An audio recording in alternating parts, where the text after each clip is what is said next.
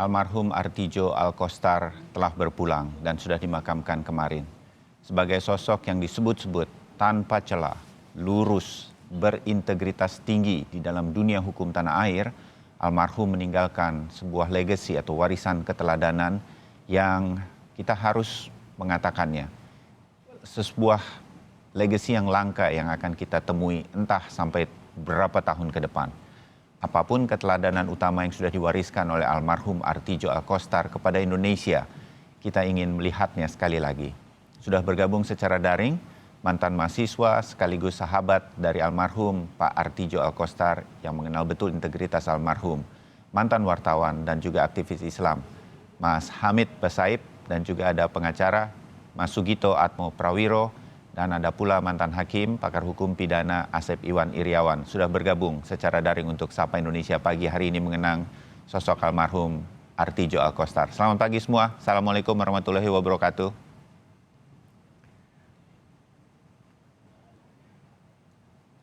Semua bisa mendengar suara saya dari studio. Selamat pagi. Jelas. Selamat pagi, mendengar. Ya, jelas ya. Kang Asep mendengar, Mas Sugito dari Yogyakarta mendengar. Mas Hamid, apa kabar? Tampaknya Mas Hamid masih belum bisa tersambung, tetapi begitu nanti tersambung saya akan diberitahu dan kemudian kita bisa langsung masuk begitu ya. Mas Sugito, semua lancar ya kemarin ya, dimakamkan di Yogyakarta. Gimana, kita udah bisa saling mendengar nih ya? Mas Hamid, Anda bisa mendengar suara saya ya? Oh, tampaknya saya bisa mendengar suara Anda, tetapi saya belum bisa terdengar oleh Mas Hamid. Mudah-mudahan sebentar lagi terus kita perbaiki. Mas Sugito, Anda disebut-sebut dalam obituari yang dibikin oleh Mas Hamid Basaib. Sebentar lagi saya akan bertanya juga soal itu. Anda dianggap salah satu mahasiswa yang sudah dianggap anak oleh Pak Artidjo. Betul begitu ya? Sejak kapan itu dan kenapa Anda bisa sampai begitu dekat dengan almarhum? Mas Sugito? Jadi begini, sebenarnya pada waktu saya masih mahasiswa, kebetulan saya aktif di Himpunan Mahasiswa Islam, dan kami sering komunikasi, sering diskusi, dan mengundang beliau untuk menjadi pembicara. Tapi yang paling penting begini, bahwa kedekatan saya di awal itu pada waktu ujian etika profesi. Jadi pada waktu itu saya menanyakan nilai saya, kenapa saya dikasih C. Pak Artidjo Anda dapat C dari Pak Artidjo ya? Iya, marah besar karena kebetulan ada teman saya, Ari Yusuf Amir yang juga dekat sama Pak Artidjo. Perasaan saya, setahu saya, jawaban dia salah kok dapat A, terus saya dapat C. Kenapa? Pak Artidjo itu adalah sosok yang sangat-sangat menakutkan. Jadi tidak ada yang berani menanyakan kenapa nilainya. Nah, dosen killer lah almarhum itu ya? Iya. Ini kok berani banget nanya-nanya ke saya. Oh, saya tidak peduli, saya datangin ke rumahnya di Sidoarjo. Saya lihat itu hasil dari ujian saya dan kenapa saya nilainya C. Dan itu awal-awal dari kedekatan karena pada waktu itu juga saya awal-awal di HMI. Setelah itu dia tidak menjelaskan banyak. Oke lah, kita makan dulu. Akhirnya kita jalan naik sepeda motor butut itu ke Malioboro. Di situ ada gudeg yang menurut saya saat itu sangat mahal. Padahal beliau juga cuma seorang dosen dan aktif di kepengacaraan, dan saya tahu bahwa beliau juga tidak orang yang kelebihan uang, tapi dia ngajak makan dengan beberapa orang, dan pada waktu itu porsinya itu kalau tidak salah itu 15.000, sangat mahal tahun 94 itu. Ya. Nah, semenjak itu ada kedekatan secara pribadi, tapi sebenarnya awalnya ketika saya menanyakan nilai, karena selama ini tidak ada yang punya keberanian untuk menanyakan nilai ke beliau. Ya. Tapi Mas Sugito gini, banyak orang yang kemudian mengatakan dari cerita-cerita bahwa Pak Artidjo kan memang dosen killer begitu ya. Nggak sembarang mahasiswa kemudian dia bisa kemudian percaya, bahkan sampai selesai kuliah, sampai kemudian menjadi praktisi di bidang hukum begitu, bisa terus menjadi sahabatnya. Nah, apa yang membuat menurut Mas Sugito Mas Sugito begitu secara pribadi bisa tetap dekat dengan orang yang begitu lurus di dalam bidang hukum, kita tahu bahwa di dalam hukum kita harus ada belok-beloknya. Tapi Anda sebagai seorang pengacara, Anda bisa tetap dekat dengan seorang Artijo Alkostar. Apa yang membuat hubungan itu tetap bisa berjalan walaupun bisa jadi Anda mungkin pernah juga sebagai pengacara berhadapan dengan beliau sebagai seorang hakim misalnya, hal semacam itu. Apa yang membuat seorang Artijo Alkostar bisa menganggap, oke, orang ini nih bisa saya percaya begitu. Apa menurut Anda, Mas Sugito? Saya kira begini, itu kan berjalan natural. Jadi pada waktu beliau itu mau fit and proper test yang untuk menjadi hakim agung tahun 2000, beliau itu minta tolong ke saya, Pak Ari Yusuf Amir dan beberapa teman yang lainnya untuk membantu menyiapkan proses yang ada di DPR pada waktu. Jadi kami yang kebetulan sudah jadi pengacara dan ada walaupun mobil tidak mewah, bisa untuk mobilitas beliau untuk tes ke sana, tes ke sini, dan bahkan pada waktu awal-awal untuk mencari kos-kosan yang di Kuitang yang cukup sederhana, kebetulan juga kami yang ikut bantu mencarikan. Iya. Itu almarhum meminta bantuan atau Mas Sugito dan kawan-kawan berinisiatif membantu? Jadi pada waktu itu beliau menginformasikan akan fit and proper test di DPR. Jadi kami punya inisiatif. Abang nggak usah mikirin mengenai masalah nanti menjemput di bandara, abang tidak usah mikirin mengenai masalah nanti tempat istirahatnya di awal-awal pada waktu mengikuti fit and proper. Jadi kami yang dengan teman-teman yang lainnya ikut membantu untuk mengurus proses itu. Oke. Nah, hal semacam itulah yang pelan tapi pasti semuanya menjadi bagian dari persahabatan antara almarhum yang Anda panggil abang ini dengan Anda dan teman-teman ya. Oke. Kang Asep, saya pengen tahu, Anda juga dikenal sebagai hakim yang keras dulu. Kalau udah bilang begini begitu ya.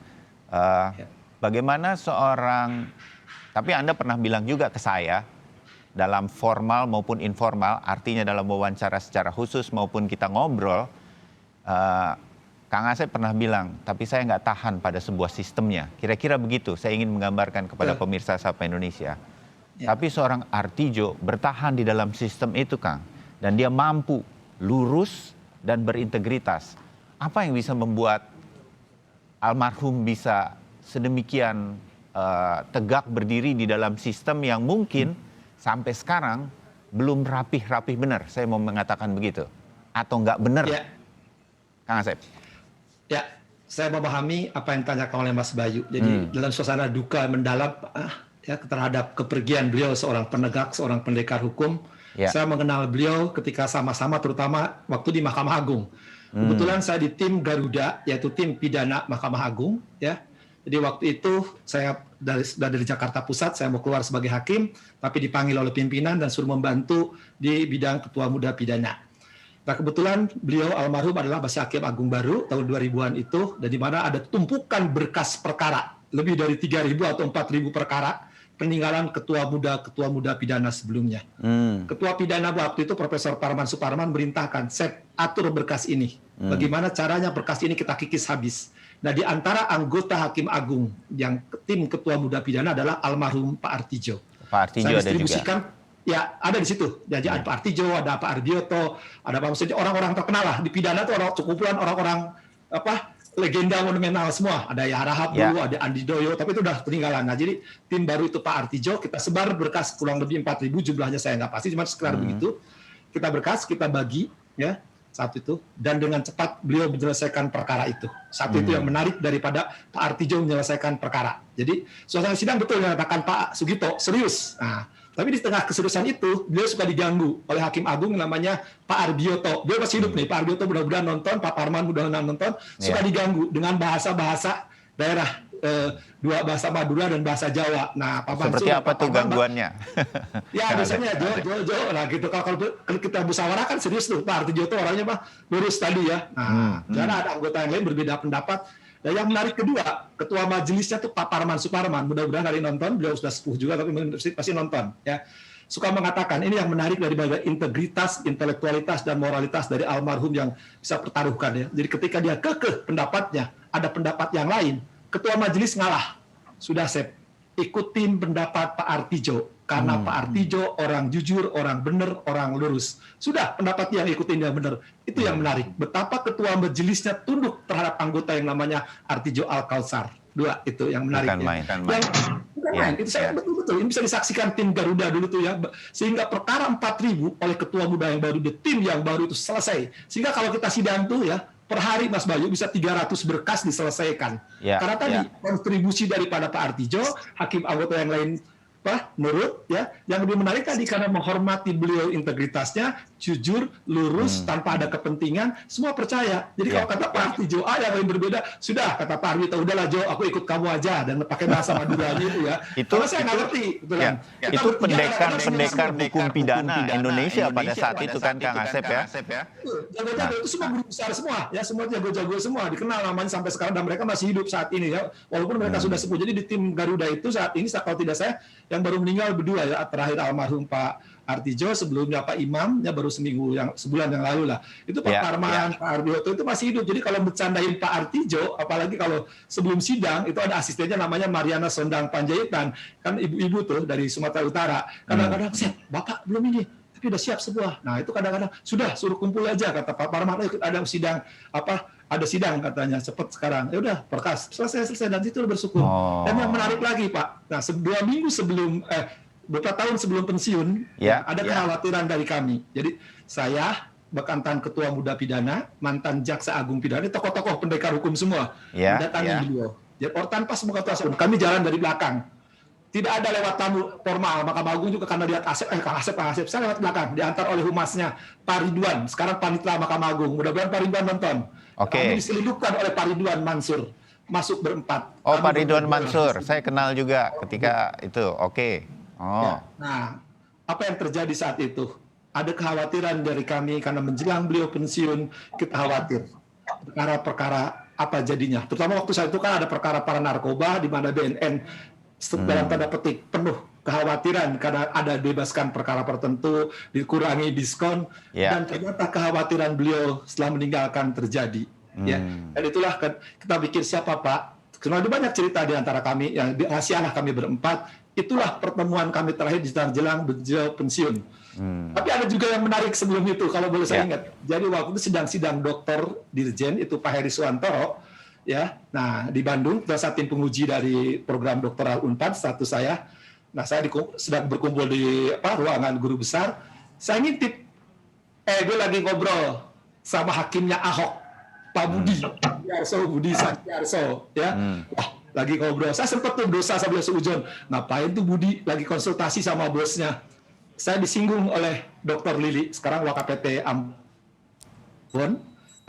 Itu si Budi lagi ngapain tuh sama Pak Artijo, katanya bisik-bisik, jangan-jangan perkara kamu gak boleh, Pak Artijo orang lurus, Budi orang lurus, biarkan kita punya kemerdekaan. Setelah itu kita ketawa karena kita lihat bertiga itu mereka ngobrol dan itu cukup berkesan pertemuan apalagi waktu sidang di Mahkamah Agung, bagaimana penyelesaian perkara, minutasi dari timnya, ruangannya Pak Artijo dengan asistennya Mariana, kemudian saya di ruangan tualisnya, ketua muda, akan besar sebagai sekretaris dan asistennya ketua muda, waktu itu menyelesaikan perkara dengan cepat.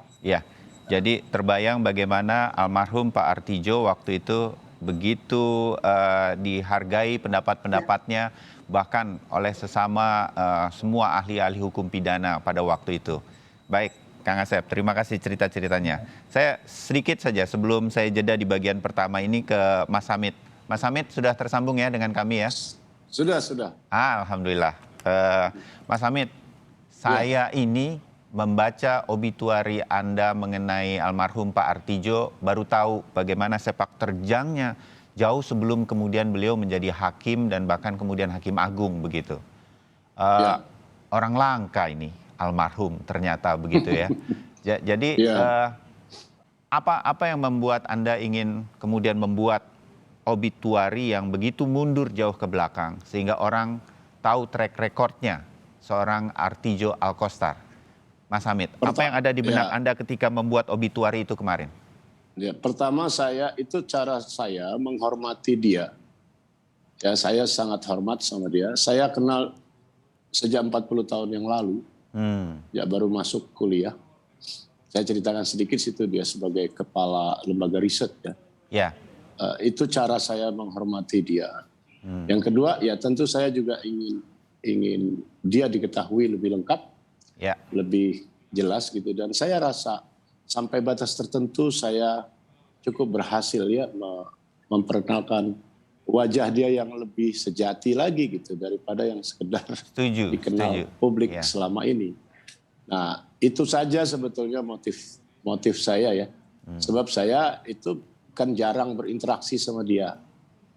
Jadi kan sangat sibuk dan sebagainya. Saya ingat terakhir kami merayakan melepaskan dia untuk pensiun waktu bulan Juni tahun 2018. Dan saya waktu itu pun sudah nulis juga melepas dia gitu. Judulnya Artijo sebuah fakta integritas. Jadi saya simbolkan bahwa dia itu bukan membuat fakta integritas sebagai hakim, tetapi dirinya itulah fakta integritas. Jadi memang dia buat saya adalah penubuhan dari semua yang ideal. Yang kedua juga dia menggabungkan tradisi praktis ya sebagai praktisi dan tradisi akademis. Artijo itu minat akademisnya tidak pernah kendor. Jadi dia itu seperti hakim-hakim di negara-negara maju itu, yang kemampuan praktis dan akademisnya itu sama kuatnya. Dia sangat meminati sampai akhir hidupnya. Saya kira dia banyak membaca, tetap minat akademisnya tinggi. Bagi pemirsa Sapa Indonesia yang mungkin belum membaca obituari Anda, saya berjanji akan ikut menyebarkan obituari almarhum ini supaya makin banyak yang mengetahui latar belakang atau sosok seorang Artijo Alkostar. Waktu dia jadi pengacara, jauh sebelum menjadi hakim dan kemudian datang ke Jakarta sebagai hakim agung, sebagai pengacara dia tidak pernah meminta bayaran kepada kliennya. Hal itu dilakukan. Waktu menjadi hakim agung, dia tinggal di rumah sederhana almarhum, bahkan bolak-balik ke kantor, Anda ceritakan naik bajai. Maka saya bilang, dibujuk sama teman-temannya sekalipun, dia tidak mau meminta kendaraan yang seharusnya menjadi haknya. Hal ini dia lakukan, itulah yang Anda katakan tadi, Artijo Alkostar adalah sebuah monumen tersendiri di dalam dunia hukum kita begitu. Sehingga dia tidak ada orang yang berani kemudian macam-macam sama beliau, justru lebih takut kepada beliau kalau berhadapan di pengadilan misalnya. Karena dia betul-betul untouchables. Kira-kira begitu. Itulah yang terjadi selama ini. Itulah track record dia begitu. Betul, dan jadi terutama yang juga sangat takut itu adalah sahabat-sahabatnya sendiri, Bu. Sahabat-sahabatnya, karena? Ya, sahabatnya yang bergerak di profesi yang sama. Ya misalnya Mas Gito itu ya sebagai pengacara. Mas Gito itu seperti anak sama dia, dekat sekali setahu saya. Tetapi Mas Gito itu tidak akan pernah berani ngomong soal perkara. Jadi begini yang saya mau bilang, seseorang itu integritasnya bisa begitu kokoh dan stabilnya ya. Sampai orang sungkan sendiri, sedekat apapun. Nah itulah, Artijo sudah mencapai status itu menurut saya. Kita sampai tidak pernah terpikir bahwa abang kita ini, saya juga menganggap dia benar-benar sebagai abang. Coba saya tidak pernah sedikit pun berpikir bahwa abang saya ini akan memenuhi permintaan saya. Jika permintaan itu menyangkut soal pekerjaannya sebagai hakim. Tidak akan pernah, kami tidak pernah sanggup berpikir itu. Jadi betul-betul ini orang, buat saya suka bilang sama orang-orang yang suka tanya ya teman-teman, ya ini Pak Artijo ini isinya nggak bisa diapa-apain. Nggak bisa diapa-apain dalam arti sebagai hakim misalnya mau disuap pakai apa? Dia nggak suka uang, dia nggak suka yang lain-lain, dia nggak suka rumah mewah, dia nggak suka mobil mewah. Mau dia apa? Lalu mau diancam misalnya dengan kekerasan. Dia tidak pernah takut pada siapapun sepanjang dia benar. Siapapun tanpa kecuali. Nah, jadi apa yang mau dijadikan bargaining gitu loh, bargaining chip buat orang mendekati dia dan sebagainya. Jadi memang nggak bisa sudah diapa-apain. Selesai. Orang tidak akan berpikir mau diapain lagi seorang hakim yang namanya Artijo Alkostar. Ya kecuali yang maksud saya nggak bisa diapa-apain itu artinya ya kecuali ya tunduk saja, ikuti saja aturan sebagaimana yang dia terapkan dan percayalah dia tidak akan mengkhianati kita, dia tidak akan mencederai kepercayaan orang yang dibebankan pada dia sebagai hakim gitu. Misalnya memutuskan dengan bias hanya karena pertimbangan ini itu tidak bisa, Bu. Jadi itu dia. Dan saya betul-betul melihatnya itu secara personal juga karena saya juga dulu zaman mahasiswa juga suka ke rumah dia. Kita nggak ada urusan yang penting, yang ngobrol saja gitu. Dan 35 tahun kemudian saya datang lagi ke rumah lamanya itu, perabotnya aja nggak berganti, Bang. Masih sama seperti itu, 35 kursi goyangnya, tahun kemudian. Saya ingat sekali kursi goyangnya yang rotannya udah jebol sedikit. Itu 30 tahunan lebih kemudian setelah saya di Jakarta dan sebagainya. Ya masih itu. Saya tulis itu di tulisan yang lain. Baik. Mas Hamid, Mas Sugito, Kang Asep, ceritakan lagi juga kepada kami legasi lain dari seorang Pak Artijo Alkostar yang kok bisa ya sebagai seorang hakim yang juga sebenarnya manusia, ketika memutuskan sesuatu itu dia saklek betul. Dia yakin betul pada putusan tersebut dan tidak bisa diganggu lagi. Nah, hal-hal apa semacam ini yang kemudian membuat seorang Artijo Alkostar begitu yakin pada putusan-putusannya di pengadilan? Kami segera kembali, usai jeda. Masih mengenang Artijo Alkostar, saudara, yang berpulang dan sudah dimakamkan kemarin di Yogyakarta. Ada Mas Hamid Basaib, Mas Sugito Atmo Pawiro, dan juga Kang Asep Iwan Iriawan. Kang Asep, bagaimana seorang hakim itu bisa yakin pada sebuah keputusannya dan tidak bisa diganggu lagi? Dan saya dalam obituarinya, Mas Hamid mengatakan dia kalau sudah memutuskan, sudah yakin itu. Sudah kayak dapat wangsit lebih dulu begitu loh, Kang. Dan dia yakin terhadap sesuatu yang dia akan putuskan adalah benar-benarnya hukum begitu. Bagaimana seorang hakim bisa seperti itu? Jadi hakim lurus itu sederhana kok, pegang aturan aja. Hukumnya A ya A, jangan ada keroke di kanan, lurus kacamata kuda. Itulah hukum. Apalagi pidana, itulah legalitas ya. Kata hukum A ya A, ajas hukum kata lex scripta tadi kan. Walaupun hukum itu keras, itu harus dilaksanakan. Mau A ya B. Kita mengenal ketika beliau memutus perkara profesi tertentu sehingga rame. Tapi saya yakin kebenaran yang dipegang oleh beliau dan anggotanya dan timnya itu benar dan diyakini. Hakim itu yakin karena apa? Karena perbuatan yang dilakukan oleh para pihak ya, menurut hukum harus dihukum dan itu sudah yakin. Ya, itu pertama itu. Dan yang kedua, bagi hakim itu sederhana berpikirnya, maaf nih, contohnya agak sedikit jorok. Jadi kalau kita ke toilet, kan membuang sesuatu, kita nggak pernah melihat yang dibuang. Kita maju ke depan, kita cebok, ya selesai. Itulah hakim. Peduli amat apapun, bau apapun, itulah hakim. Memang tadi katakan pertanyaan pertama Mas Bayu, ya, berapa sosok beliau itu adalah teguh, tegar, ya. Kadang-kadang tadi, ya, hakim itu harus memang kesendirian. Hilang teman, hilang persaudaraan, hilang semua. Itulah hakim. Memang sesuai sifat ketuhanan itu adalah esa. Jadi kesendirian, kemandirian hakim itu diwujudkan oleh almarhum. Ya, yang saya nggak bisa, gitu ya, karena saya punya teman, punya saudara, apalagi saya sambil ngajar, apalagi suka bercanda sama mahasiswa yang cantik, yang pintar. Nah itu kan nggak bisa dihilangkan. Kalau saya bertahan di situ, saya khawatir kena kasus-kasus pornografi atau asusila, gitu kan. Kalau dia betul-betul seorang yang lurus, tegas, peduli amat, kata orang Sunda mah kumaing weh gitu kan. Gimana gue aja, pokoknya aturannya begini, itu yang dilakukan oleh beliau. Sehingga di majelis yang terkenal tukang bercanda, itu timnya Pak Parman, apalagi Pak Arbioto, itu terkenal candaannya Pak Arbioto dengan, saya suka lihat senyum Pak Arbioto, senyumnya almarhum itu justru karena suka digangguin oleh Pak Arbioto gitu kan. Yang lain nggak berani gangguin beliau, karena udah beliau, pendapat saya di advis berarti pendapat hukumnya A, ini harus dihukum, ini harus bebas, ini harus sekian. Itu ya ada yang berani, tapi cuma satu-satunya yang berani ganggu itu tadi Hakim Agung yang namanya Arbioto, yang kan dia seorang filosof juga ya, terkenal, beliau Arbioto terkenal, sama-sama dari Jogja, tapi dari UGM beliau ya. Jadi beliau suka bercanda. Nah, tapi di tengah bercanda itu tetap almarhum itu dengan serius, nggak bisa pendapatnya A.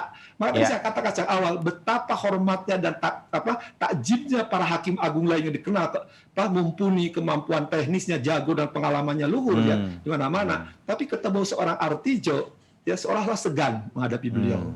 Itu yang nampak. Nah, kami ini para asisten waktu itu, saya juga tukang bercanda nggak berani kalau almarhum. Paling terakhir itu biasa menanya, katanya bintang TV ngapain kesini?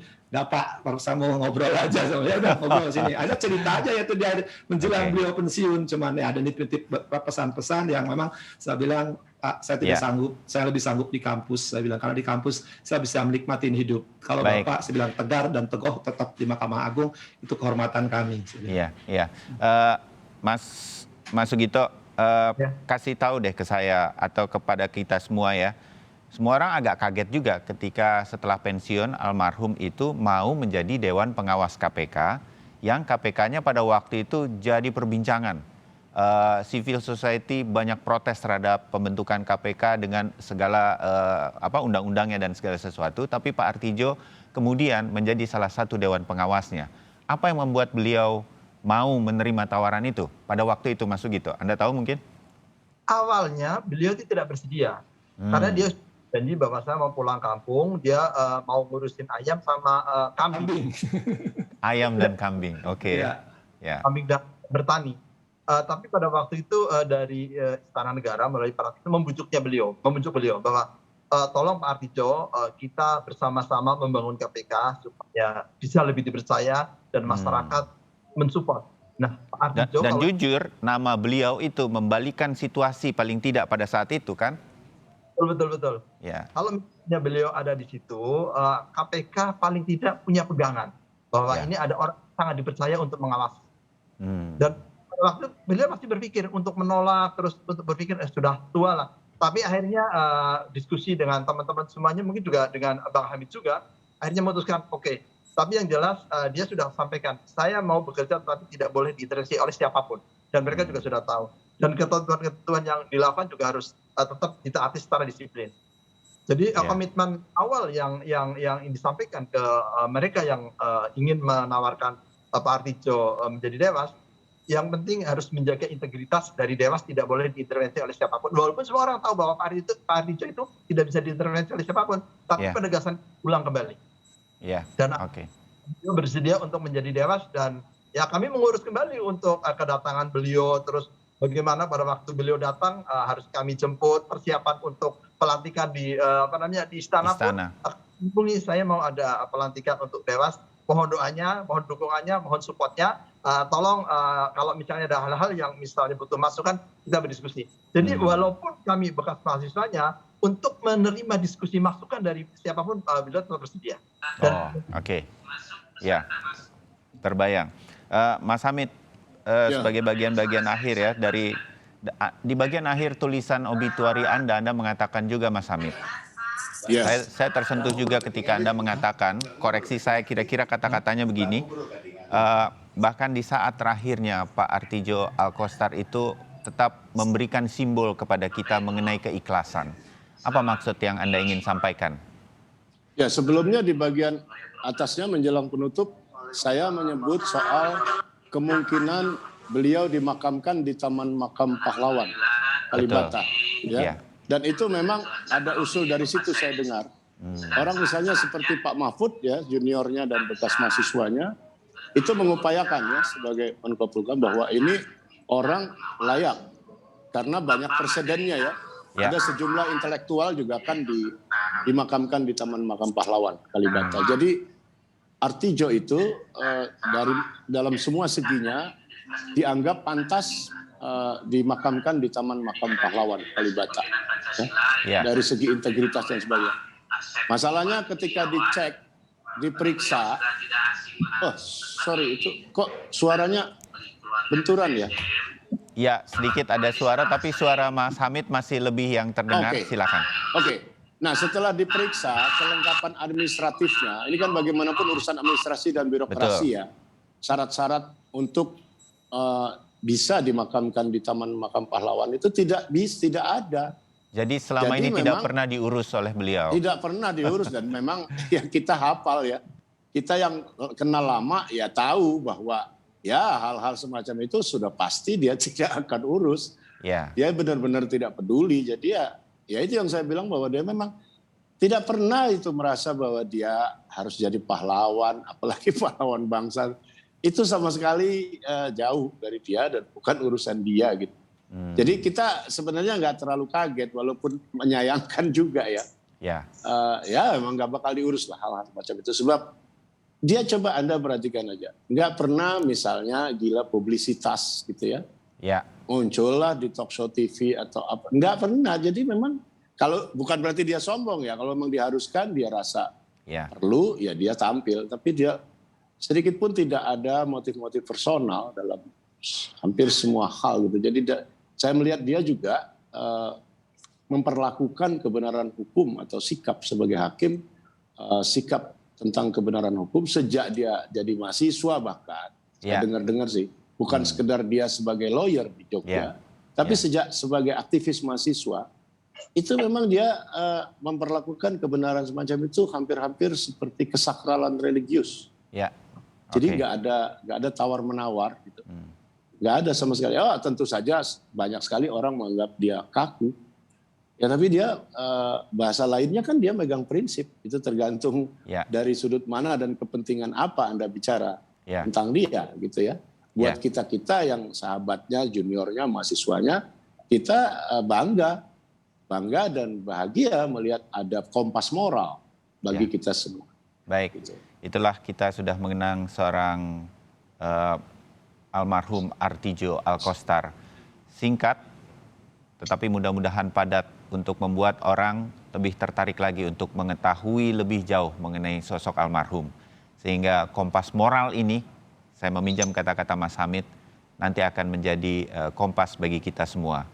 Ada bukunya ya Mas Sugito, silahkan dicari buku mengenai almarhum yang sudah pernah diterbitkan menjelang beliau pensiun.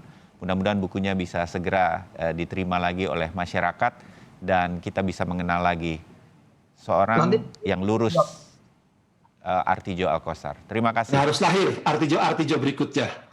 Terima kasih Kang Asep. Saya rasa sama-sama. Begitu. Itu doa kita.